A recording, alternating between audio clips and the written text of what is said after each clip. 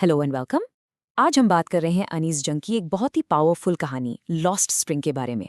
इसका टाइटल ही आप जानते हैं, सब कुछ कह देता है। लॉस्ट स्प्रिंग यानी एक खोया हुआ बसंत। ये उन बच्चों की कहानी है जिनका बचपन, जिनकी आज़ादी, गरीबी और सदियों पुरानी परंपराओं के बोझ तले कहीं दब कर रह जाती है। तो आइए इस दिल को छू लेने वाली सच्चाई को थोड़ा और करीब से समझते हैं। कहानी की शुरुआत होती है एक बहुत ही सिंपल, एकदम सीधे से सवाल से। तुम ये क्यों करते हो? लेखिका ये सवाल करती हैं साहिब से, एक लड़का जिसे वो रोज सुबह कचरे के ढेर में कुछ ढूंढते हुए देखती हैं। वो कहती हैं स्क्राउंजिंग फॉर गोल्ड, यानी सोना तलाशता है। पर ये असल सोना नहीं है ना, ये उम्मीद है, एक सिक्के की उम्मीद या कोई ऐसी चीज जिसे बेचकर पेट भर सके। तो आखिर ये साहिब है कौन और उसकी दुनिया कैसी है? उसकी दुनिया है सीमापुरी। अब कहने को तो ये जगह दिल्ली के बॉर्डर पर है, लेकिन सच कहूं तो ये दिल्ली से मीलों दूर है। यहाँ आपको शहर की वो चमक दमक नहीं मिलेगी। यहाँ तो बस गरीबी की असलियत बसती है। और ये असलियत में इस जगह पर 10,000 रैग पिकर्स रहते हैं। सोच के देखिए, 10,000 कूड़ा बिनने वाले। ये वो लोग हैं जिनके परिवार 1971 में बांग्लादेश से यहाँ आए थे। उनके पास अपनी कोई पहचान, कोई आइडेंटिटी नहीं है, बस एक राशन कार्ड है जिससे उन्हें जिंदा रहने के लिए अनाज मिल जाता है। और उनके लिए पहचान से कहीं ज्यादा जरूरी है पेट भरना। और यहीं पर इस कहानी की सबसे बड़ी आयरनी, सबसे बड़ा विरोधाभास हमारे सामने आता है। साहिब, उसका पूरा नाम है साहिब आलम। इसका मतलब जानते हैं आप? लॉर्ड ऑफ द यूनिवर्स, पूरी दुनिया का मालिक। और ये मालिक करता क्या है? रोज सुबह कचरे के ढेर में अपनी रोजी रोटी ढूंढता है। कितनी अजीब बात है, शायद उसे खुद अपने नाम का इतना बड़ा मतलब पता भी नहीं होगा। साहिब जैसे लाखों बच्चे वो एक परपेचुअल स्टेट ऑफ पॉवर्टी में जीते हैं। ये एक इंग्लिश टर्म है जिसका सीधा सा मतलब है गरीबी की एक ऐसी स्थिति जो कभी खत्म नहीं होती। ये एक पीढ़ी से दूसरी पीढ़ी तक चलती रहती है और जिससे बाहर निकलना वह लगभग नामुमकिन सा हो जाता है, एक चक्रव्यूह की तरह।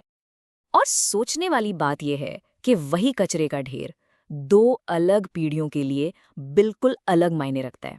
बच्चों के लिए वो रैप्ड एंड वंडर है, एक जादू की पोटली जैसा जिसमें से कभी भी ₹1 का सिक्का या कोई खिलौना मिल सकता है।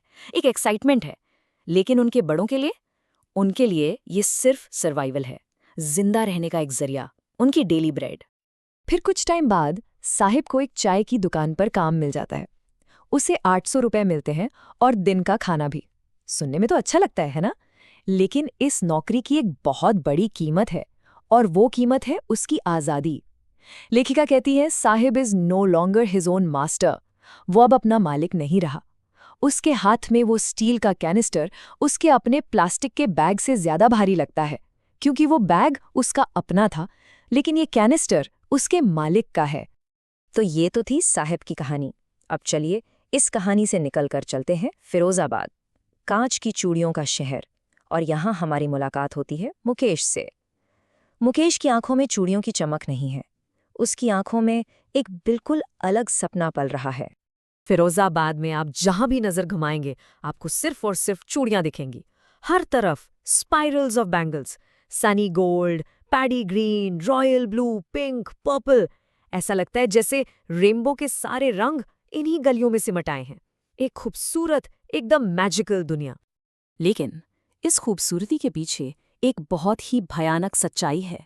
ये खूबसूरत चूड़ियां बच्चों के हाथों से बनवाई जाती हैं। उन्हें डिंगी सेल्स यानी अंधेरी छोटी छोटी कोठरियों में काम करना पड़ता है, गर्म भट्ठियों के पास। वहां न ठीक से हवा आती है, न रोशनी। और नतीजा ये है कि ये बच्चे बड़े होने से पहले ही अक्सर अपनी आंखों की रोशनी खो देते हैं। तो जब लेखिका इस बारे में बात करती हैं तो मुकेश की दादी क्या कहती हैं? वो कहती हैं ये उसका कर्म है, उसकी किस्मत है। उनका बस यही मानना है कि उन्होंने चूड़ी बनाने वालों के घर में जन्म लिया है, तो यही उनका नसीब है। एक ऐसी सोच के क्या भगवान की दी हुई इस परंपरा को, इस लिनिएज को कभी तोड़ा जा सकता है? तो देखा आपने, शहर अलग हैं, काम अलग हैं, लेकिन साहिब और मुकेश की कहानियां यहाँ आकर एक हो जाती हैं। दोनों ही एक विशिष्ट सर्कल में फंसे हुए हैं, एक ऐसा दुष्ट चक्र, एक ऐसा जाल जिसे तोड़ पाना लगभग नामुमकिन है। अब ये साइकिल चलता कैसे है? देखिए, सबसे पहले आती है पॉवर्टी यानी गरीबी। फिर इस गरीबी की वजह से उन्हें साहूकार्स और मिडलमैन से कर्ज लेना पड़ता है। इसके बाद शुरू होता है एक्सप्लॉयटेशन का दौर। पुलिस, नेता सब मिलकर उन्हें दबाते हैं और आखिर में जब सारे रास्ते बंद हो जाते हैं तो आती है एपैथी और रेजिग्नेशन। मतलब वो हार मान लेते हैं, वो स्थिति को जैसा है वैसा ही एक्सेप्ट कर लेते हैं। और यही इस कहानी का सबसे दर्दनाक पहलू है।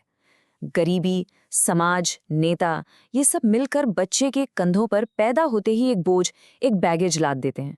एक ऐसा बोझ जिसे वो चाहकर भी जिंदगी भर उतार नहीं सकता, क्योंकि इस सिस्टम में कुछ अलग करने का सपना देखना भी एक गुनाह सा लगता है। लेकिन जैसा कहते हैं ना, हर अंधेरे में भी उम्मीद की एक छोटी सी किरण जरूर होती है। एक फ्लैश ऑफ डेयरिंग, हिम्मत की एक छोटी सी चमक, और वो चमक हमें मुकेश में दिखती है। एक सपना जो इस अंधेरे में बुझने से इनकार कर देता है। और यहाँ इन दोनों लड़कों के बीच का फर्क बिल्कुल साफ हो जाता है। एक तरफ है साहिब, जो चाय की दुकान पर काम करके अपना केयर फ्री लुक, वो बेफिक्र अंदाज खो देता है, वो हालात के आगे सरेंडर कर देता है। और दूसरी तरफ है मुकेश, जो जिद करता है, इंसिस्ट करता है कि वो अपना मालिक खुद बनेगा और एक मोटर मैकेनिक बनकर रहेगा। तो जब लेखिका उससे कहती हैं कि गैराज तो यहाँ से बहुत दूर है, तो मुकेश का जवाब सुनिए। कोई बहाना नहीं, कोई शिकायत नहीं, सिर्फ 2 शब्द, आई विल वॉक, मैं पैदल जाऊंगा। ये 2 छोटे से शब्द उसके डिटर्मिनेशन, उसकी हिम्मत को दिखाते हैं। वो तैयार है मेहनत करने के लिए, हालात से लड़ने के लिए। बिल्कुल आखिर में लेखिका उससे एक और सवाल पूछती हैं, क्या तुम प्लेन उड़ाने का सपना भी देखते हो? इस सवाल पर मुकेश एकदम चुप हो जाता है, शायद इसलिए क्योंकि उसने फिरोजाबाद के आसमान में प्लेन बहुत कम उड़ते देखे हैं। उसका सपना, उसकी सच्चाई, उसकी रियलिटी के दायरे में है। और कभी-कभी अपनी सच्चाई के दायरे में रहकर एक अलग सपना देखना ही सबसे बड़ी हिम्मत होती है।